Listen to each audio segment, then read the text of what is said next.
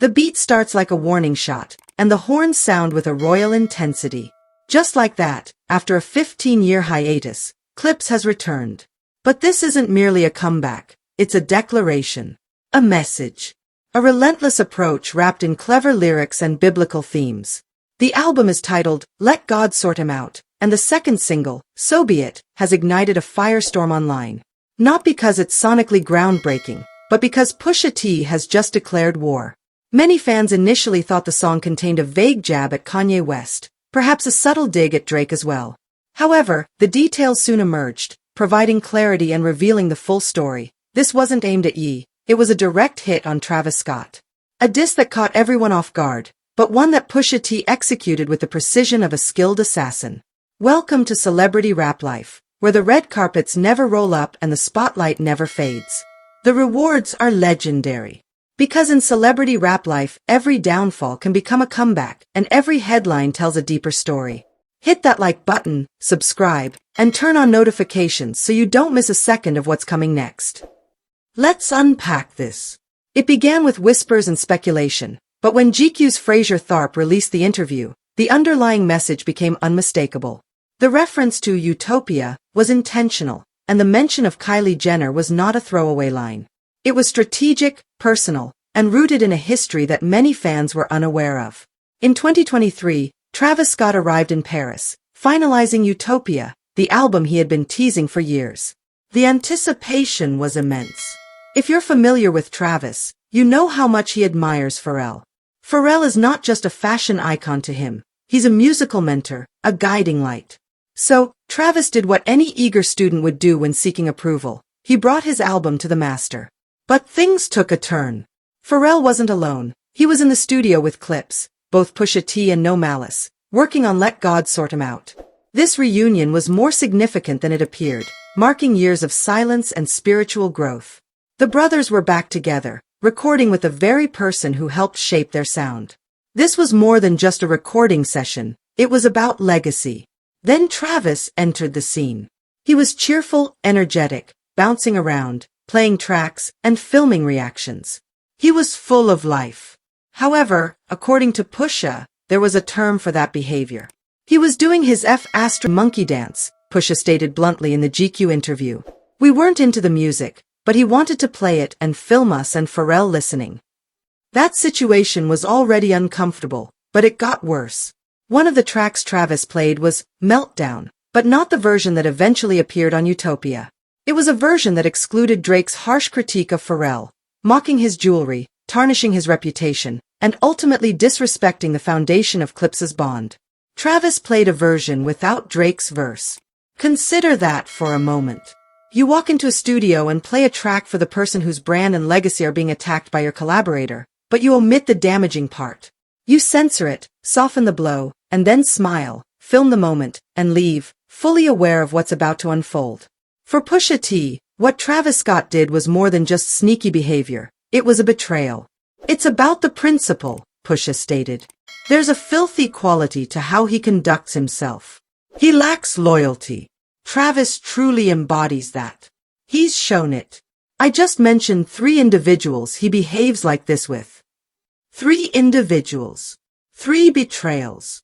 1 reputation in ruins. Pusha doesn't view Travis as neutral. He sees him as opportunistic, a chameleon who changes based on power rather than principles. The term he used to describe him? He's a whore, Pusha declared without hesitation. He's a whore. Let that sink in. This isn't just slang from battle rap or an abstract metaphor. It's raw, brutal, and deliberate. To grasp why this insult stings so deeply, you need to understand the code Pusha T lives by. Loyalty isn't just a trendy term for him. It's a sacred vow. From his beginnings in Virginia Beach to his ascent with good music and the eventual fallout with Kanye, Pusha has always treated music like a battlefield and friends like family. So when someone disrupts that balance, even in a minor way, the consequences are swift and severe. And if anyone understands disloyalty and betrayal, it's Pusha. Remember, this is the same artist who dismantled Drake's entire image with just one song. The story of Audi Dawn didn't merely end a rap feud, it revealed secrets, tore down facades, and changed the narrative. When Pusha feels betrayed, he doesn't hold back. It's all or nothing. Now, back to Travis. At first glance, the diss in So Be It might seem like an overreaction or a misunderstanding. But if you listen closely to the layers, the lyrics, and the tone, it becomes clear this isn't merely about a verse or a missed call. It's about the decline of honor in an industry built on reputation. Pusha views Travis as a symbol of everything that has gone wrong with loyalty in hip-hop. Someone who plays both sides, aligns with rivals, and avoids accountability while pretending to be cool with everyone. To Pusha, that's not neutrality, it's cowardice. Let's be honest, the connection between Travis and Kanye is significant. Travis gained his early fame through Ye, and even as the good music empire crumbled amid controversy, Travis never officially distanced himself. He played the game, navigated the chaos, and benefited from both sides. But for Pusha, that ambiguity is unacceptable. Not anymore. I've been distanced from that crew and those people for a while, he said. That's where my issue lies. Don't come over here with that, because at the end of the day, I don't operate the way you all do.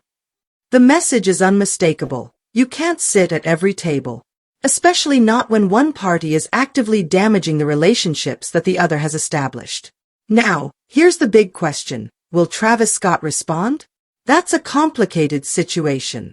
On one hand, Travis isn't known for engaging in lyrical battles. He's more of a vibe creator, a performer who lets his music convey his message rather than relying on interviews or social media. On the other hand, this situation is different. This isn't just a subtle jab, it's a direct attack that challenges not only your loyalty but also your integrity as a man. In the hypermasculine, ego-driven realm of hip-hop, remaining silent can be seen as a sign of weakness. However, Travis might choose to take the high road. He could act as if it doesn't affect him, perhaps dropping a vague line or two in the future, wrapped in auto-tune and layered with reverb, and move on. But the truth is, Pusha T has made a mark on Travis's legacy, and it's not a positive one. In the meantime, fans are reveling in the drama. The interviews, the underlying tensions, hip-hop thrives on conflict, and this one feels fresh and intense. It's rooted in a code that seems increasingly rare in today's playlist-driven culture and PR-focused environment. The return of Clipse with such intensity serves as a reminder that not all artists are motivated by social media approval. Some are driven by respect, legacy, and truth.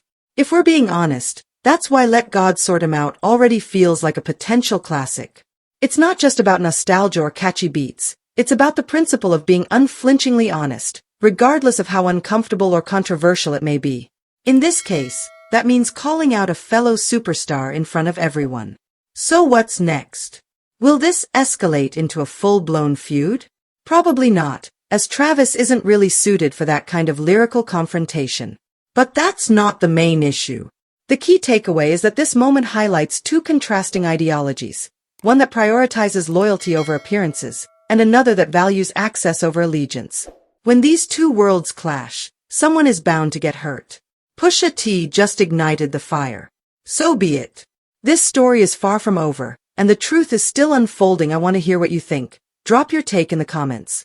And if you don't want to miss the next twist, hit that like button, subscribe, and turn on notifications so you don't miss a second of what's coming next.